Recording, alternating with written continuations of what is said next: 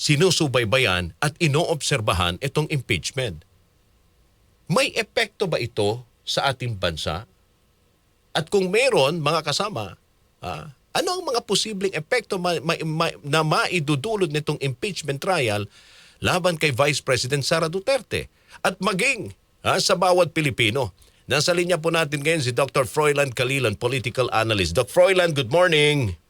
Yes, good morning, kasamang Rod. Good morning din po sa lahat ng ating mga taga-subaybay. Thank you po for having me again in your show. It's our pleasure, Doc. Kumusta ang panahon dyan, Doc Froilan? Malakas na bagulan. Wala pa namang ulan, pero it's a bit cloudy, overcast. Oh, ayun o, di ba humingi pa ng Sitner kay... Yeah, well, okay. Gaya ng binabanggit ko nga kanina, Dr. Froilan, itong nagaganap, nangyayaring impeachment trial na talagang tinututukan ng bawat Pilipino, sinusubaybayan. At sa bawat pagtutok ng bawat, may mga sarili silang opinyon. May mga sarili silang posisyon. Sa mga nakikita nilang cross-examination, direct question mula sa defense at sa prosecution, at makikita mo yun sa social media kaagad na nandun nakapost kaagad, di ba? Oo. Well, sabi ko nga, hindi lang interesado rito ang ating mga kababayan kung hindi ang buong mundo nakatutok din. Oo. May epekto ba itong proseso na nangyayari ngayon ng impeachment sa ating bansa?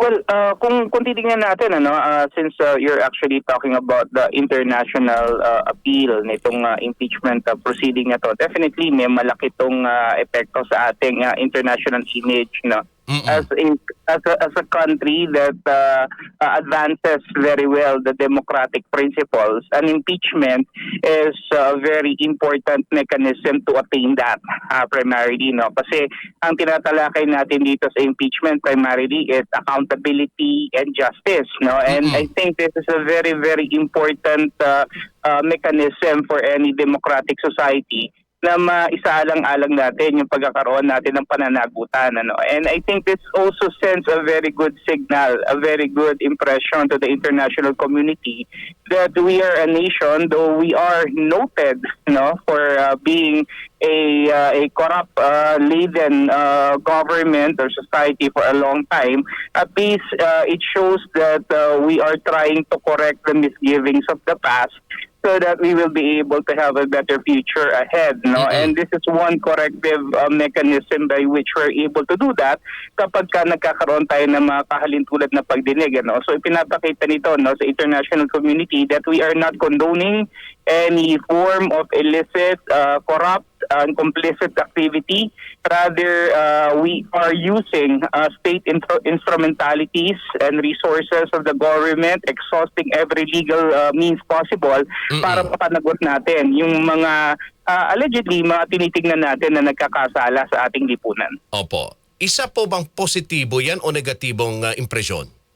Well, from halimbawa, from an investor's perspective, this is good, primarily because when you have a government that is doing means or ways to rectify its own actions, it shows that the government is responsible and that there is that manifestation na talagang gusto niyang baguhin yung sistema na para pagputihin or pag-ibayuhin ito. And this is good in so far as investors are concerned because alam naman natin sa Pilipinas, isa sa problema talaga natin dito, sa yung bureaucratic red tape, yung ating sitwasyon pagdating doon sa pamumuhunan, pagnenegosyo, maraming layers na dinadaanan, and corruption and bending the law or not following the law is actually one of those things that sabihin natin discourages investors from actually investing in the country.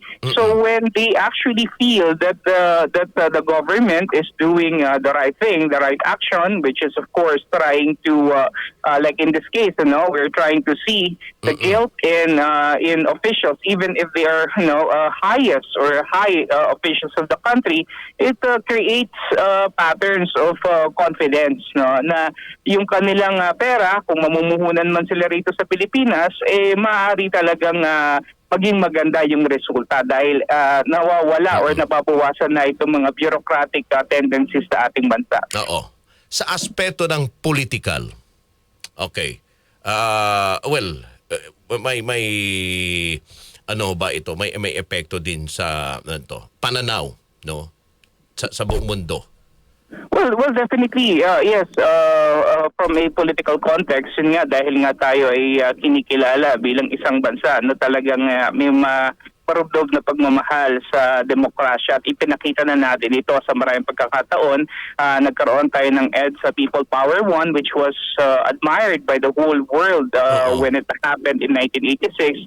So it shows that we are a country that will not tolerate any kind of corrupt practices or any kind of activities that is contrary to what is being dictated by the Constitution. And yun nga, ang Constitution naman natin, when you look at Article 11, binabanggit dito that public office is a public trust and that public officials should lead simple, modest, and honest lives. And I think this is what we're trying to uphold here in this kind of impeachment proceeding.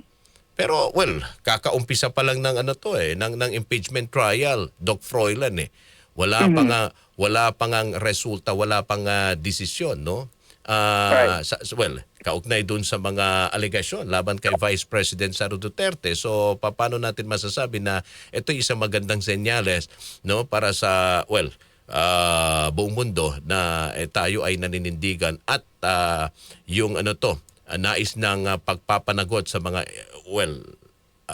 leader na involved sa korupsyon ay mangyayari. Well, lahat naman po ng mayroong kakahantungan or kakahinatan ay nagsisimula po sa isang panimulang bahagi, no. Ito nga sinisimulan natin siya ngayon at ang ating layunin talaga rito makita talaga yung fruition at saka yung completion itong pagdidig na to. And eventually the most important thing is of course when our senators will be able to pass a verdict. Although we need to be very honest about this, no, that impeachment is not just a legal acrobatic theater play. In most instances, and in this case, nakikita natin that the political bearings and the political repercussions are already in place even before the trial started. And I will be very honest with that. Bago pa magsimula itong paglilitis na to, ang ating mga senator judges, meron na talaga silang napipisil na faction, technically speaking. Pero I think it's apparent for our countrymen na matutunan at malaman kasi yun yung kagandahan sa isang impeachment proceeding kagaya nito, no. That's because it's being televised.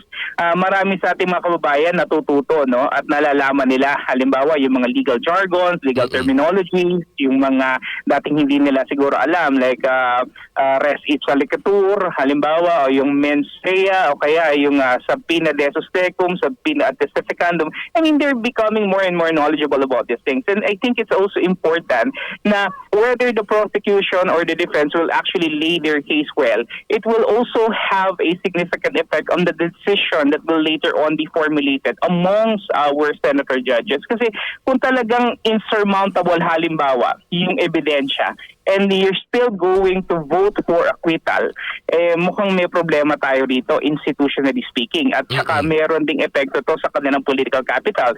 On the same end, if the defense was able to really come up with a very formidable stance and the prosecution really failed to determine its case, and then you vote for conviction, again, meron ding tong backlash effect sa'yo, no, as a senator judge. So again, mahalaga na makita natin that even if the impeachment is a political procedure, meron po talaga ring epekto yung legal aspect nito, lalong-lalo na dun sa kanilang political capitals. Okay. So far, base po sa inyong obserbasyon, itong 3 araw ng pagtatapos sa linggong ito ng impeachment, ano ang inyong masasabi sa ating mga senator judges sa pag-handle nitong first 3 days ng impeachment proceedings? Well, first and foremost, I think Senator Jesus Escudero is doing a masterful job, and so far, Oo. primarily because he was able to he's laying down the very good foundation insofar as the rules, the procedural context, and the pace of the impeachment is concerned. I think he also understands basically, actually, I'm very happy, that he is the presiding officer right now because lutang na lutang kasi yung kanyang knowledge, Oo. yung kanyang expertise pagdating sa mga legal proceedings kagaya nito, and yung experience niya rin, being able to sit in the past impeachment proceedings, nakikita rin natin dito, so I think Oo. he is able to handle it well. The senator judges also, though in some instances may mga binabanggit sila, na medyo leading, pero I think it's being governed well naman by the presiding judge. Well, ang dami ding mga napapansin kay kay Senate President Sherwin Gatchalian nandun sa tabi ng presiding officer. At ang sinasabi nga parang ano ba talaga ang role ng isang Senate President sa ganitong proseso sa impeachment? Since, hindi siya yung presiding officer. So anong role niya? Well, kasi medyo unprecedented kasi itong nangyari na sharing of duties and responsibilities, kasi in most cases talaga, and I've been telling this in many different interviews, na kung ang ating nililitis ay ang Pangulo, ang dapat talagang upo na presiding officer is the Supreme Court Chief Justice. Now, since ang nililitis naman natin is the Vice President, nararapat lang talaga na yung Senate President ang customarily umuupo dito, Although there is really no hard and fast rule on this, pero siguro Senator Win Gatchalian recognize also some of its limitations, and that he is a non-lawyer, and that he has no experience yet in litigations or impeachment proceedings like this. Kaya mas minabuti niya na ibigay muna kay Senator Jesus Escudero yung baton, pero yun nga lang, medyo it does not really give a very good impression in terms of optics, na meron dalawa tayong magkatabi ron at yung isa walang masyadong ginagawa while the other one is actually doing the job, so I think mas maganda siguro rito, I mean from an optics sense, sa akin mas maganda siguro na wala doon si Senator Win Gatchalian, doon sa tabi niya. Kasi kung maalala natin, nung panahon na si Senator Alan Peter Cayetano ang ating Senate President, binibigay niya yung chores kay Senate President Pro Tempore Lauren Legarda, and she's the only one there, so mas maganda kasi maintindihan na din natin mga kababayan na hindi lang naman itong impeachment ang ginagawa ng Senado, ang dami-dami pa na naman ginagawa apart from the impeachment. Usually ginakondak lang naman nila ito sa hapon, so yung pagiging Senate President niya, hindi naman nawawala yun with the other responsibilities attributed to his position. Pero for the impeachment, talagang mas maganda na ibigay na niya to fully kay Senator Jesus Escudero. So, hindi necessary na nandun siya sa tabi ng presiding officer kahit siya pa ang Senate President, because during the impeachment trial, siya kasama bilang isa sa mga senator judges. Tama po. So ganun yung role niya kasi ang daming ang napapansin, kaya may mga memes din na kumakalat na ginawang flower vase. Ginawang decoration. Ginawang decoration, So, sinasabi nyo nga kung kayo, ang tatanungin, mas gusto ninyo, nandun na lang siya sa baba kasama yung ibang mga senator judges. Apo. Alright. So anyway, Dr. Froilan, maraming salamat po sa inyong oras at panahon. Ingat po kung lalabas kayo ng bahay ngayon. Maraming pong salamat at mabuhay po kayo. Alright. Political analyst, mga kasama, Dr. Froilan Calilong, 647.